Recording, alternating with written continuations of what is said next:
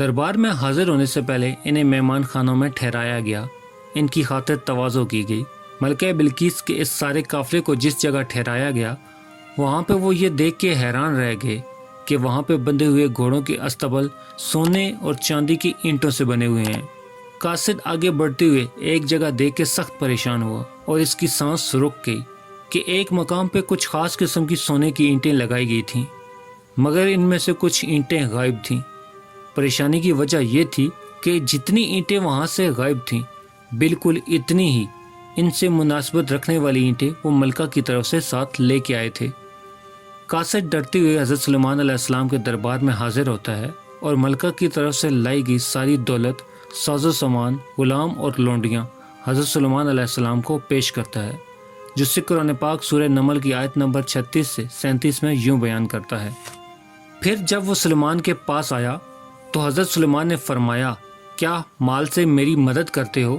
جو مجھے اللہ نے دیا ہے وہ بہتر ہے اس سے جو تمہیں دیا ہے، بلکہ تم اپنے تحفے پہ خوش ہوتے ہو تو پلٹ جاؤ ان کی طرف، ہم ضرور ان پہ لشکر لائیں گے جن کی انہیں طاقت نہ ہوگی، اور ضرور ہم ان کو اس شہر سے ذلیل کر کے نکال دیں گے یوں کہ وہ پست ہوں گے۔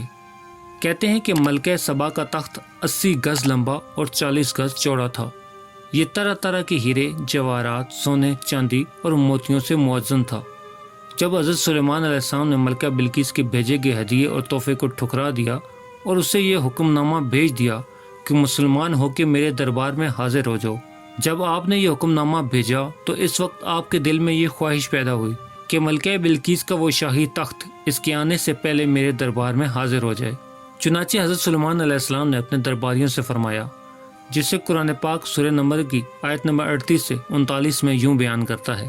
سلیمان نے فرمایا کہ اے درباریوں، تم میں سے کون ہے کہ وہ اس کا تخت میرے پاس لے آئے قبل اس کے کہ وہ میرے حضور متی ہو کے حاضر ہو؟ ایک بڑا خبیث جن بولا کہ میں وہ تخت حاضر کر دوں گا قبل اس کے کہ اجلاس برخاست ہو، اور میں بے شک اس پہ قوت رکھنے والا امانت دار ہوں۔ جن کا بیان سن کے حضرت سلیمان علیہ السلام نے فرمایا کہ میں یہ چاہتا ہوں کہ اس سے بھی زیادہ جلد وہ تخت میرے دربار میں آ جائے۔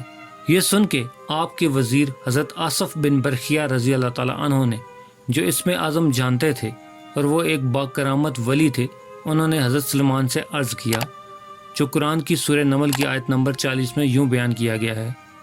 اس نے عرض کیا، جس کے پاس کتاب کا علم تھا، کہ میں اسے حاضر کر دوں گا ایک پل مارنے سے پہلے۔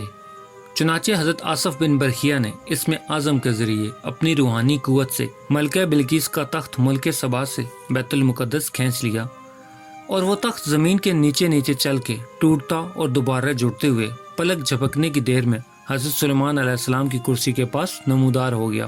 تخت کو دیکھ کے حضرت سلیمان علیہ السلام نے یہ کہا کہ یہ میرے رب کے فضل سے ہے، تاکہ وہ مجھے آزمائے کہ میں شکر کرتا ہوں یا ناشکری، اور جو شکر کرے وہ اپنے بھلے کو شکر کرتا ہے، اور جو ناشکری کرے تو میرا رب بے پرواہ ہے، سب خوبیوں والا۔ چنانچہ جب ملکہ بلقیس کی قاصد نے واپس آ کے سارا مواجرہ ملکہ بلقیس کو سنایا تو ملکہ بلقیس نے فرما بردار ہو کے حضرت سلیمان علیہ السلام کے دربار میں حاضر ہونے کا ارادہ کر لیا۔ جب ملکہ بلقیس دربار میں حاضر ہوئی تو حضرت سلیمان علیہ السلام نے اس سے پوچھا کہ کیا یہ تیرا تخت ہے؟ وہ بولی کہ ہاں، یہ میرا تخت ہے اور اس کی خبر مجھے پہلے مل چکی ہے۔ حضرت سلیمان علیہ السلام کو کسی نے بتایا تھا کہ ملکہ بلقیس پری زاد ہے، اس کے بدن پہ پریوں کی طرح پر ہیں۔ چنانچہ جب ملکہ بلقیس حضرت سلیمان علیہ السلام کے دربار میں حاضر ہوئی تو دربار کے فرش کو ایسے تیار کیا گیا کہ اس کو ایک تالاب کی شکل دے دی گئی، اس میں خوبصورت قسم کی مچھلیاں چھوڑ دی گئیں اور اس کے اوپر شیشہ لگا دیا گیا جو اتنا شفاف تھا کہ دیکھنے پہ نظر نہیں آتا تھا۔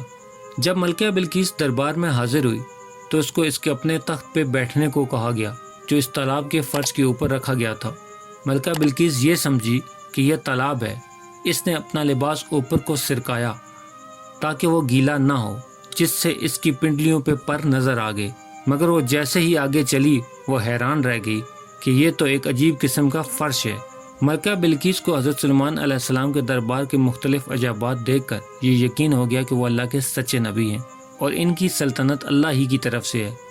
پھر حضرت سلیمان علیہ السلام نے ملکہ بلقیس کو اپنے دین کی دعوت دی، جسے ملکہ بلقیس نے نہایت اخلاص کے ساتھ قبول کر لیا اور دائرہ اسلام میں داخل ہو گئیں۔ پھر حضرت سلمان علیہ السلام نے ملکہ بلقیس سے نکاح کر لیا اور ان کو اپنے محل میں رکھ لیا۔ پیارے دوستو، امید کرتا ہوں کہ قرآن پاک کی روشنی میں بیان کیا گیا یہ واقعہ آپ کو پسند آیا ہوگا، تو اس ویڈیو کو لائک کر دیں اور مزید اس طرح کی خوبصورت ویڈیو کو دیکھنے کے لیے میرے چینل کو سبسکرائب کرنا ہرگز مت بھولیں۔ بیل کا بٹن بھی دبا دیں تاکہ آپ کو نئی آنے والی ویڈیوز کا نوٹیفیکیشن مل سکے۔ ملتے ہیں ایک نئی ویڈیو کے ساتھ، تب تک کے لیے اپنا خیال رکھیے گا۔ اللہ رب العزت آپ کو آسانیاں دے اور آسانیاں بانٹنے کی توفیق بھی۔ اللہ حافظ۔